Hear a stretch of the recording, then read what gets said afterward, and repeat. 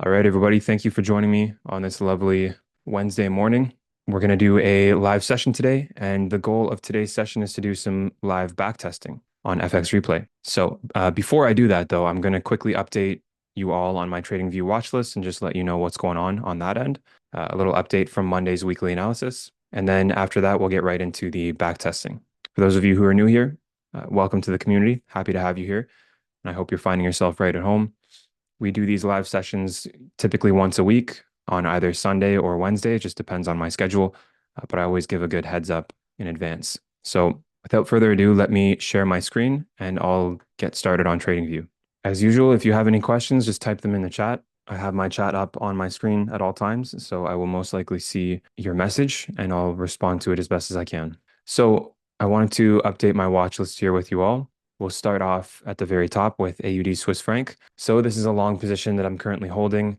I actually just scaled into it. So let me expand this fib tool so you guys can see. I just scaled in to this existing position based on these newly printed Fibonacci parameters. So from this low to this high, there was a retracement back down to the 71, and I just entered again. Now, as soon as I entered this new position, I moved my first position to break even.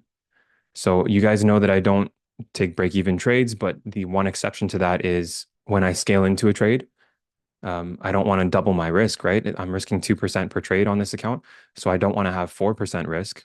So in order to scale in, I need to move my first position to break even so that I'm maintaining that same 2% risk no matter how many times I scale in. My stop loss is right here. So if price were to take that out, I would be out of this position altogether. But I would only lose the risk from this new position, which would be 2%. And just to answer the question before it comes up, with the scale in trade, I am setting my take profit at the initial trade's take profit. So that means this is actually a very significant risk to reward ratio. Let me just place the parameters here. It would look like this. So it would actually be a 6.45 risk to reward ratio. My entry and stop loss are based on those new Fibonacci parameters. But of course, my bias here from my initial trade is for price to go to this high up here. That's where I've set my take profit. So of course, that's what I'm anticipating. So with the scale in trade, that's where I set my take profit. I've explained this all in the course. So you guys should all know my approach to this is very straightforward. Let me just adjust this. Yeah, it's very straightforward. So you should all know the deal here. So hopefully this one works out. Now, moving on to Euro AUD, I'm going to remove the red flag from this list. It looks as though price already tapped into this imbalance here and rejected to the downside so significantly. I can't see price coming all the way back up to my entry zone here and then going short again. That would be weird. It would most likely result in a loss if that did happen. So I'm just going to delete this. Missed opportunity, no big deal. And same with NZD JPY. I'm going to remove this flag as well because this was also a missed opportunity. Let me highlight this. So the initial parameters were, of course, from this high to this low, and my entry was set at the 71. Price came all the way to here and then went all the way down towards the take profit. Okay, so the take profit level was violated. That means I delete my order. I classify it as a missed opportunity. So my only remaining red flag is AUD Swiss franc, as I just went over. Now I'll briefly touch on gold. I'm going to explain my higher time frame bias here. We're now well within this imbalance. It's a tricky area to trade in right now. I'm very cautious. I would ideally like to see a short trade setup, but we're definitely not seeing that just yet. And gold can be quite unpredictable, so we'll see what happens. I try not to analyze gold too much. I try to just be very reactive with gold and intuitive with it, rather than trying to forecast it and predict it too much.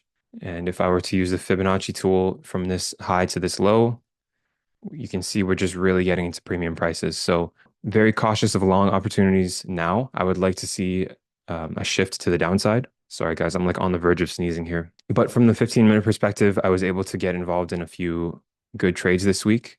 Well, one that I entered on Friday and it closed out Sunday or Monday. No, it was Sunday, Monday, and Tuesday. Those were the three trades. Yeah. I'm not going to go too in depth on them. It's just going to take up too much time of this call, and I want to do the back testing. But the main beautiful trade that I need to talk about is this right here. This one right here is just a textbook example of our strategy. Beautiful, beautiful, beautiful. I'm gonna have to make some content about this because it's just a great representation of what we do. Yeah, just wonderful. I caught a long opportunity prior to this, riding this wave up, and then I actually entered short right in here, rode the wave down, entered long, rode the wave back up, and hit take profit. So I was really just playing ping pong with gold this week. So very happy with that. I'll definitely make some content about it. But with that being said, I want to get into the back testing. All right, so here we are on FX Replay. I already have an existing session going because I'm back testing a full year of 2023 data for AUD USD using the 4 hour and 15-minute hybrid strategy. Yeah, this is an existing session, so there's already a bunch of progress here. So let me discuss that briefly. As you can see, the 4 hour chart is on the left side here. That's my higher time frame bias, and I have it split screen with the 15-minute chart. Okay, so my 15-minute chart is the entry time frame where I'm really looking for trading opportunities. The higher time frame 4 hour chart is just to monitor the overall trend, the overall bias, look for higher time frame points of interest. What is this? This is the beginning of April now. So it's currently at April 3rd of 2023 in this session. So in the first quarter of 2023 on just AUD USD, I brought the account balance from the initial 200,000 to now 240,000, just over 241,000. All right, so right now on the 4 hour time frame for the overall bias here, we can see that price has been very bullish, but it just took out this major high. So I'm going to wait for a reaction and hopefully a shift in structure to the downside because obviously there's no long opportunity to take here when it's so overextended. So I'm going to monitor for short positions. So let me go ahead and play price forward in this session. Let me slow it down a little bit. I don't want to miss things. Keep in mind with these results of 241,000, the 41K in profit, I missed 3 winning trades in a row. I think it was in February. I missed 3 winning trades in a row because I was just moving too fast on the speed here. So that's unfortunate. This could have been significantly higher, but still really good results for now. So again, just waiting for a shift to the downside because obviously you can't take a long opportunity in these conditions. That would be absurd. Okay, we have a shift to the downside, still pushing to the downside. A 10 pip stop loss is very, very small, but let's give it a shot.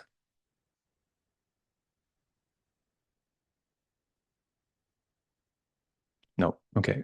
For those of you who are new here and not very familiar with how I trade, I set a limit order here at the 71%. As you can see, price tapped into the imbalance around the 50% zone and then melted, going through what would have been my take profit. So now that that's happened, the trade idea is no longer valid. So I'll delete my order and delete these parameters. None of that is valid anymore. So now we'll wait patiently for new opportunities. And so I placed a Fibonacci tool on the 4 hour time frame as well. That's the purpose of the higher time frame for me. I'm gauging premium and discount pricing based on the current range of the 4 hour time frame.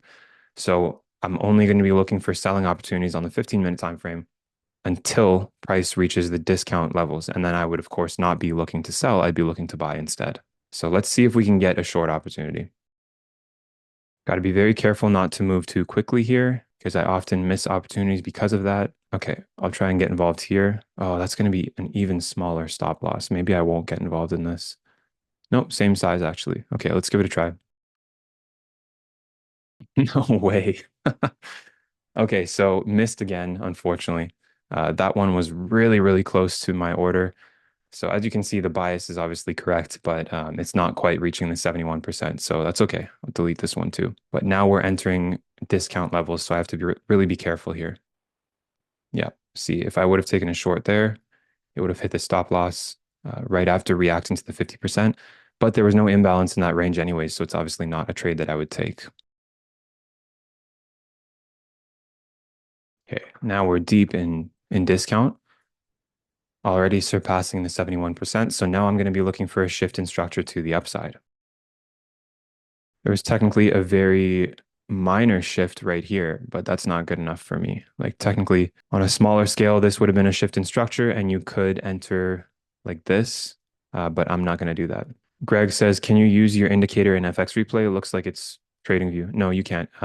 Even though it's TradingView API, FX Replay doesn't share the same indicators as TradingView. FX Replay has to upload their own indicators on this platform.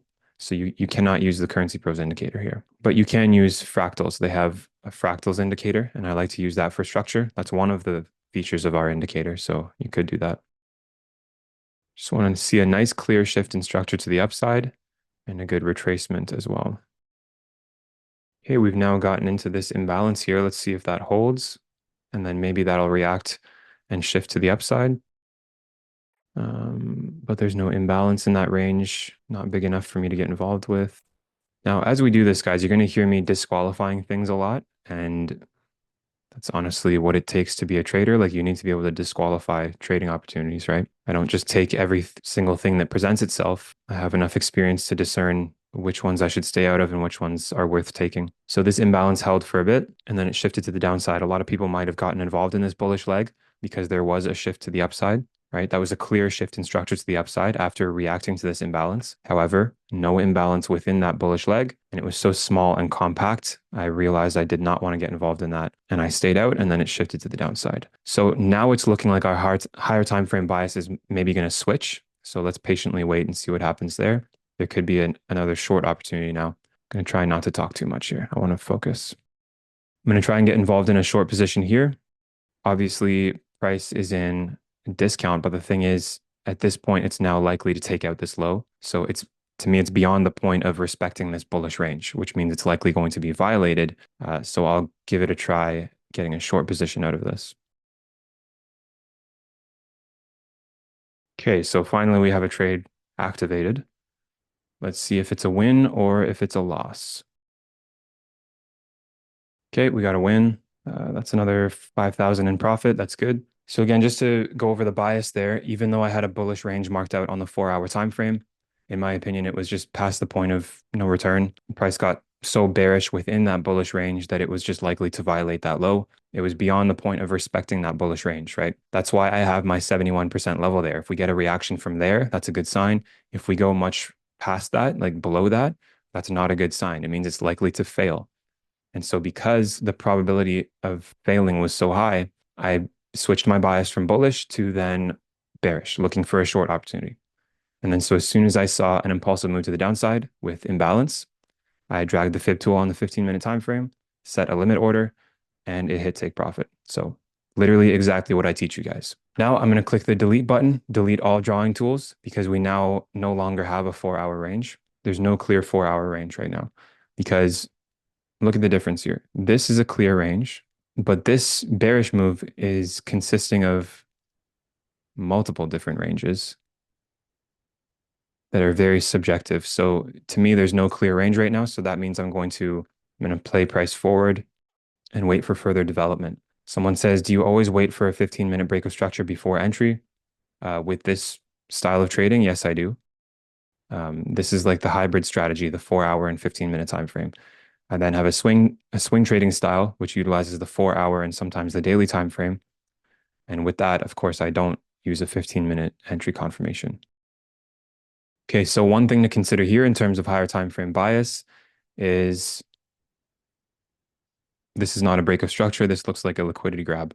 So that means there could be potential for long opportunities. I wonder if we're getting one right now.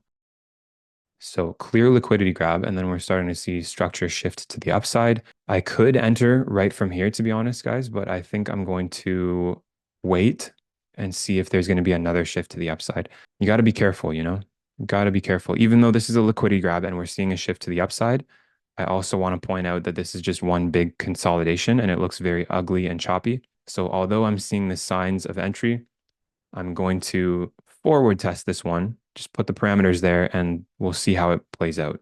But I'm not going to enter this one because I want to see further shifting to the upside. You're seeing in real time, guys, the intuition that you build up over the course of many years, it does play a big role in trading. I literally just explained why, even though it was a valid setup in terms of the model itself, I explained step by step why I'm disqualifying this trade and why I don't want to enter it. And you see the result of that. So I'm going to delete the drawing tools again. Now it looks like we're having an actual clear bearish range to the downside.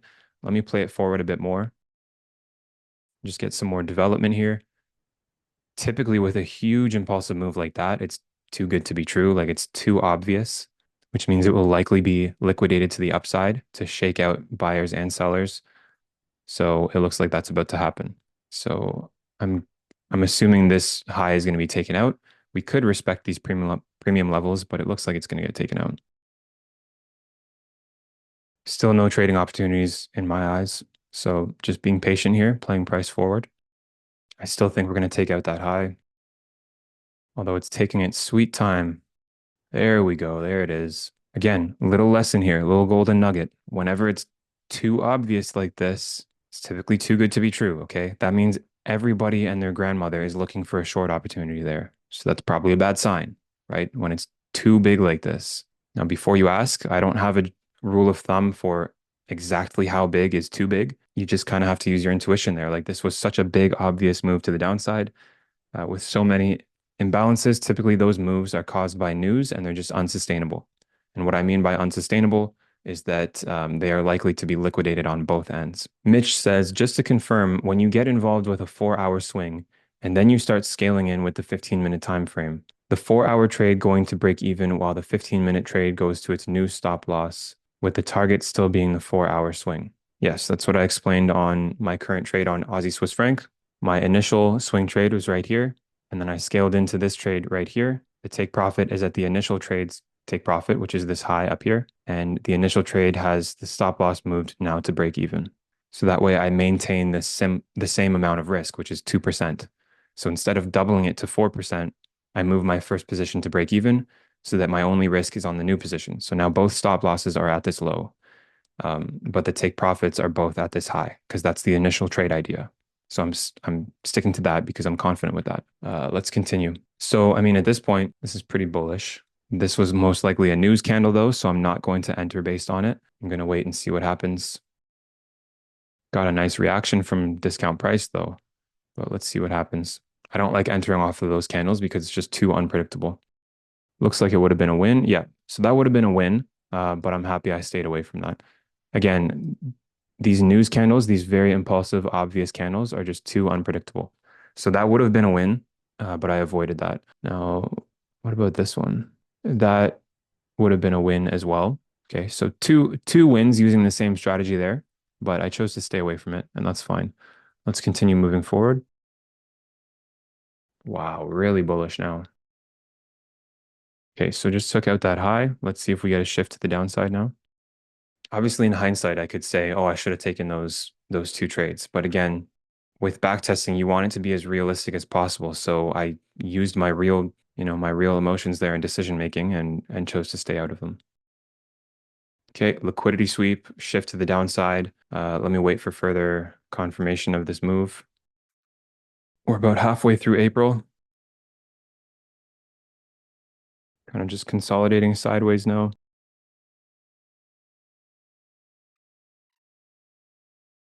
No, I'm not going to do that. It was looking like a good potential move with the imbalance here, but just the way it formed, where the 71% lands, I do not like that. So I'm not getting involved with that. I prefer it to be on the imbalance or really close to the imbalance, as I've explained in the course and so many pieces of content. So that one's a missed opportunity. You can see how nicely that reacts to the imbalance. That's just beautiful. But it just so happens with this one, didn't land on my 71, and that's fine. Let's see if we get another push to the downside. Nice imbalance here, but there was no shift in structure, so that's not valid. Okay, okay. Oh, too fast. Did I miss it? Oh, it's right there. We're in discount of this range though, so I'm going to avoid this. I shouldn't be selling. Glad I didn't sell. Yeah, see, I recognize this as a good short setup, and then this is the one of the benefits of having that higher time frame alignment. This is another great lesson for you guys. I'm happy we're doing this today. It looked like a beautiful short continuation setup, and on the 15-minute time frame, that's totally valid. But then you look over to the 4-hour time frame and, I realized, oh, I'm in discount of this bearish range. I should be looking for buying opportunities, not selling opportunities. So then I decided to stay out of this and it would have hit stop loss. Higher time frame alignment is very, very, very useful. So we now have a shift in structure here. My fractals indicator isn't showing that as structure. Maybe I need to adjust the sensitivity. Let's see if I can get into a long position here. I like that. Okay, so we've got higher time from alignment. We're in discount. There's imbalance here. Nice clean range, nice clean shift in structure. All right, let's see if we can do a long position here. Place order. For those of you who have not used FX Replay, it is a very, very good platform. They recently updated a lot of things too. I'll show you guys the analytics after we're done with this. I think I'll just finish April and then we'll stop, or maybe not even. I don't know. It's already been 45 minutes. All right, so I have a long position set. Let's see what happens. Keep in mind there's imbalance here, so maybe price doesn't even need to get to my entry. We'll see if it does. Okay, delete that. Move that over. Let's see if this is going to be a win or if it's going to be a loss. Doesn't look good. That's ugly. It sucks to consolidate right when you enter a trade, you know? Ooh, that would have been a good scale-in opportunity, I think. Let's see if this plays out. Okay, that was a weird one, I'm not gonna lie. So it is a win. We've now brought the balance up to 251,000. So we got two wins in a row in April. That's good. But this was a weird one. Consolidated right off of entry for quite some time, which is annoying. Huge impulsive move to the upside. I thought that would have been a good scale-in opportunity, but then it wasn't. Well, actually, technically, if you considered this whole range for the scale-in opportunity, then you would have been safe and your stop loss wouldn't have been hit, right? Because it would be here. But if you drew the range from this low, then your stop loss would have been hit. So that was a weird one. Yeah, it depends. Like if you included the low, like the extreme low, and treated the range like this, then that would have been perfectly fine. And that's valid too. Like that's totally valid. I don't know. Anyways, I did not scale in. Delete, delete. Okay, so now I wonder if we can get another long opportunity here, or is that getting too greedy? We're still in discount on the 4-hour bearish range. Let me zoom in here, right? We're still below the 50% of the 4-hour bearish range. So technically, I would still want to be getting involved in long positions until we get above the 50%. This is approaching really aggressively. Do I want to do quick back-to-back trades like that, or do I want to stay out and make myself be more patient here? I'm going to sit back on this one because it's very rare that you get those back-to-back winning trades. Just in my experience, literally take profit was hit right here. So it would be very rare to get a second win just immediately. Just my intuition is telling me to maybe stay out of this, even though it makes sense. But let's just forward test it and see what happens. I won't enter a trade there. All right. Well, bias was correct, but it would have missed. It would have missed my order anyways, as you can see. It did not hit the 71, so that's fine. Okay, but now we're in premium, right? Now we're entering premium prices. Could still technically take longs until it gets into deep premium prices, like at my 71, but I don't know if I'd want to do that. Okay, well there we have it. It's now hit the 71. So now we look for short positions. You see how quickly the bias can change, guys? Like you have to be willing to go short to long based on what you're seeing. Like don't get married to one bias. It should be able to shift fluidly. Technically here, there is a shift in structure right here, but that's not convincing enough for me because personally, the way I look at trading ranges, I would consider this one big range. To me, that's not a valid shift in structure. So I need to wait for more confirmation here like that. Now we've got these equal highs here, which I do not like. All right, so no entry on the 15-minute time frame. However, this is a really nice example of the 4-hour swing strategy. As you can see, if you just entered a limit order there, that would have hit full take profit very, very quickly. 1, 2, 3, 4, 5 4-hour candles to take profit. That's a beautiful, beautiful swing trade on the 4-hour time frame. But yeah, no entries for me on the 15-minute. And now I can delete all the drawing tools because the 4-hour bearish range has now been violated to the downside, which means, let's see if it continues and we get a proper break of structure. Let's see. I need candle body closure below that low, below this low, because right now it looks like a liquidity grab. Let's see if we get a proper break of structure on the 4-hour time frame. Consolidating, consolidating. There we have it. So now that's a break of structure, which means we now have a new 4-hour range, which is likely going to have to adapt because we haven't really bottomed out yet here. Technically, this could be a good long position to ride price back to the upside. The setup is there, but it's so early. After all of that bearish momentum, I would like to see a second shift to the upside. So I'm going to stay out of this one as well. Just a little too early. Always better to wait for further confirmation of your bias. Well, that would have been a win. That would have been a win, wouldn't it? Yes, it would have been a win, but that's okay. Always nice to see the bias being correct, but if you don't feel confident, then it's better to stay out.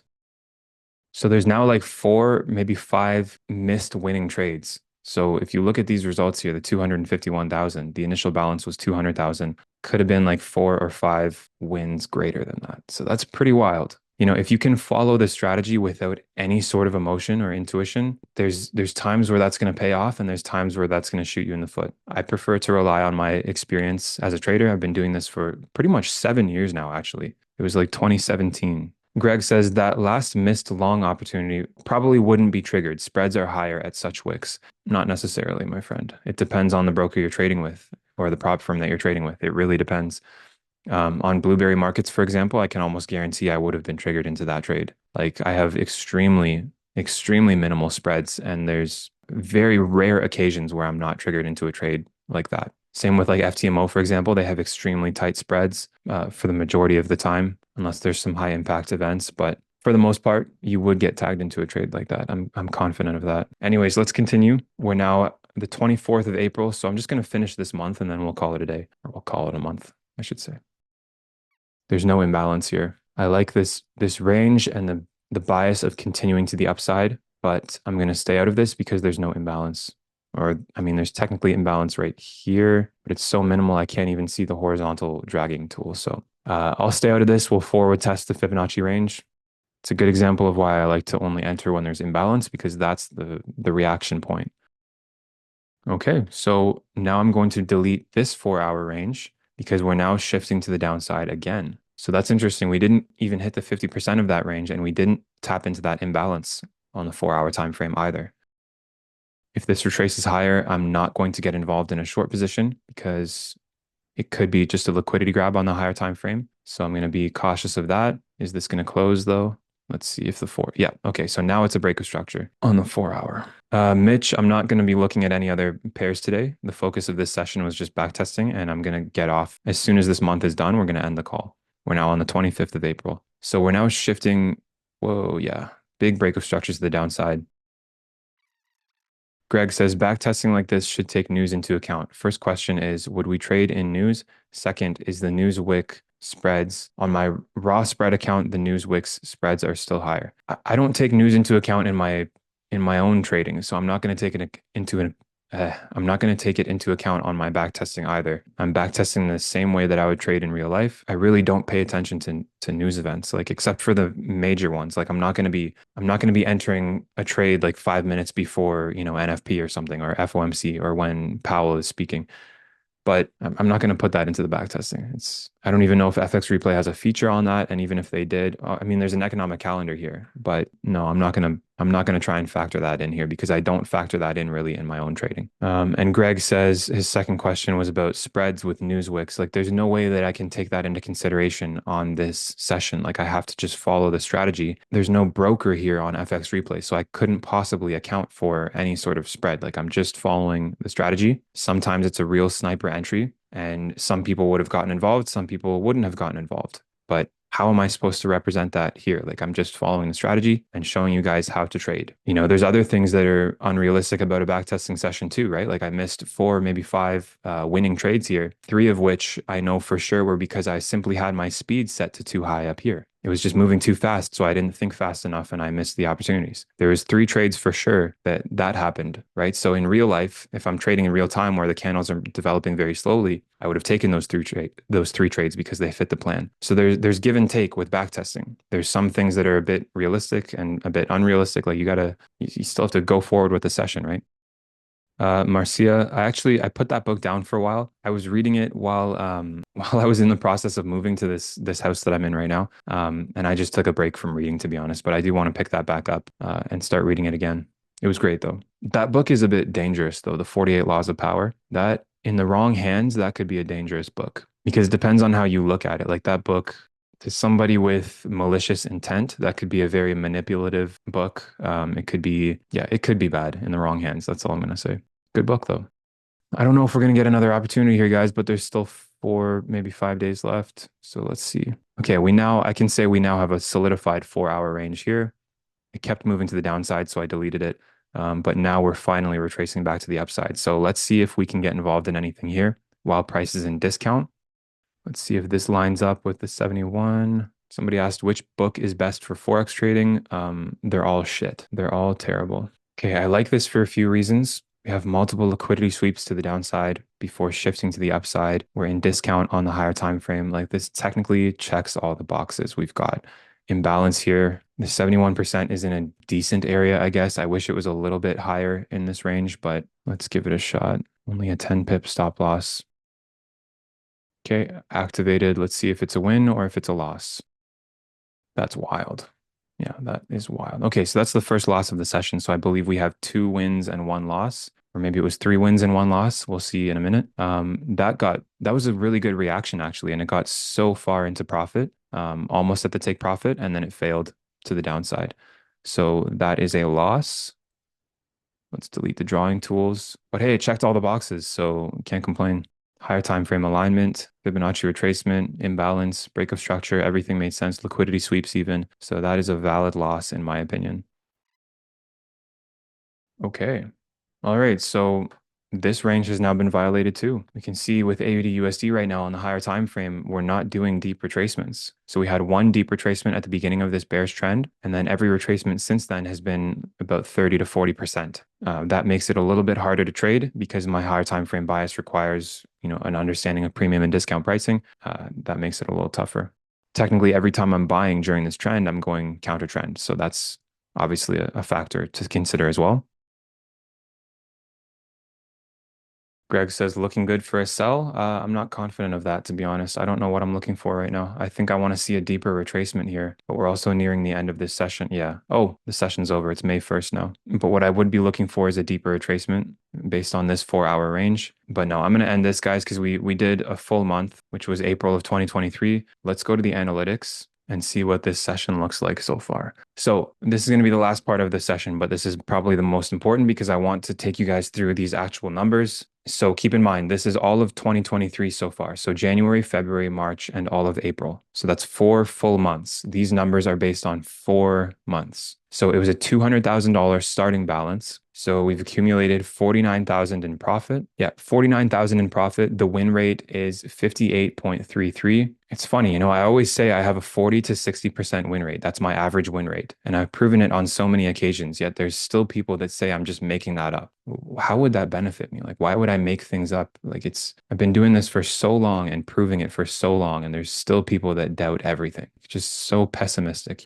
Anyways, as you can see, over the course of 4 months, which is a pretty good sample size, 58.33% within my typical average win rate, total amount of trades of 24. Okay, so I want you to think about that. Well, actually, let me calculate quickly. I don't want to do math in my head right now. 24 divided by 4. So that's an average of 6 trades per month on the 15-minute time frame. Okay. The reason I'm saying this so clearly is because I want you guys to think about this. Like, you don't have to trade every day. Even on the 15-minute time frame, you can see that I'm being very selective with my trades. So it's an average of 6 trades per month based on this sample size so far. So it just goes to show, that's about 1 or 2 trades a week. You don't need to trade every day. You need to be more selective with your trades, even on lower time frames.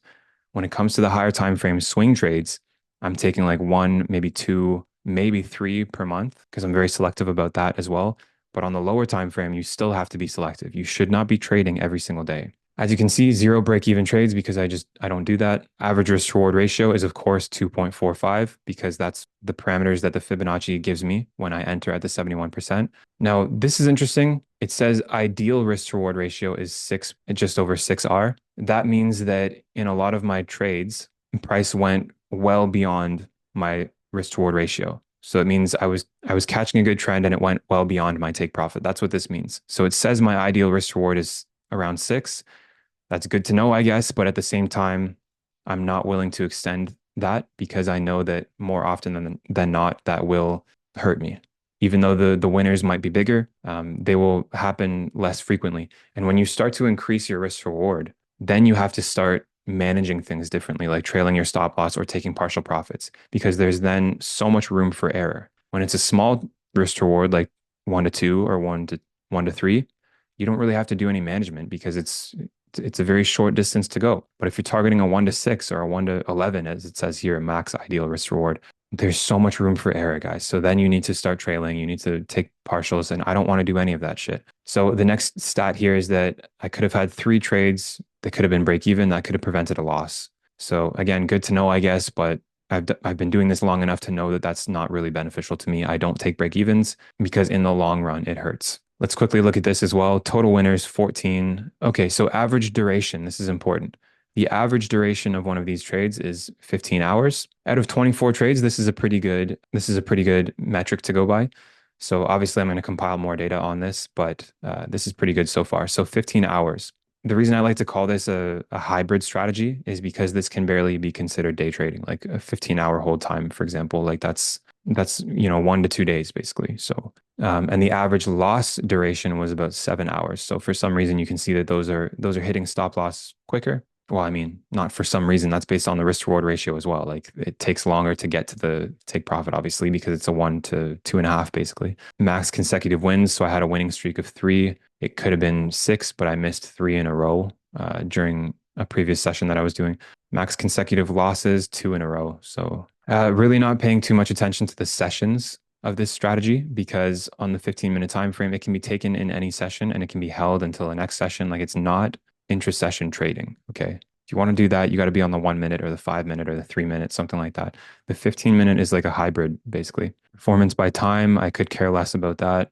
Performance by day, I also don't really care about that because there's some overlap here. You could take the trade on a Tuesday and it could take profit on a Wednesday. Like I don't really care about these stats, if I'm being honest. So this is the performance by month so far. Fantastic, honestly.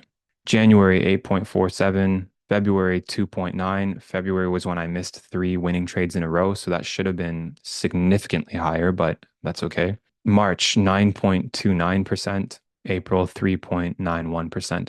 So keep in mind during this backtesting session and during all of these previous months, I'm only risking 1% of the $200,000 balance. In my own personal trading, I risk 2%. Okay, so all of these numbers here would be doubled, for example. So this is only based on 1% risk. So for example, if you're trading a prop firm challenge, even with 1%, you could have passed a phase one here, passed a phase one here. If it's 2%, it would have been even faster because this would have been like 17%. This would have been almost 19% profit. So you got to take into consideration your risk tolerance there. This is one of the new features that FX Replay added, which is the performance calendar, which is really cool. I really like this. This is my favorite feature of TradeZella too. So it's nice that they added it in here as well. So you can see January, February. Yeah, February, I missed three trades, like just right in the middle there, which sucks. March was really nice. April, which we just did, only three trades. It was a little bit more scarce. That's about it, guys. This is my favorite feature, to be honest. The performance by month, like the whole year here. I love that because it just really puts it into perspective. And for those of you who are thinking 2.9 or 3.9 isn't a lot of profit, then my goodness, you are early in your trading journey because people would kill for these profits consistently. Don't let prop firms tell you that you need to have 10% every month. Okay. That's just to pass a challenge. That's not realistic long term. And keep in mind on multiple six figures of capital, making a few percent a month, like 3% in a month, that is phenomenal, phenomenal money, life-changing money that could replace most people's full-time jobs. So just remember these things, okay? That's about it. As you can see, FX Replay has updated their whole dashboard here, so it looks fantastic. You can still go back to the old version if you prefer that. You can choose between light and dark mode, but they've updated a lot of features here, and I think it's fantastic. It's really attractive. I hope you all enjoyed this call. I hope it provided a lot of value. I'm sure it did. I had fun doing it, so thank you all for joining me, and I'll talk to you all very soon.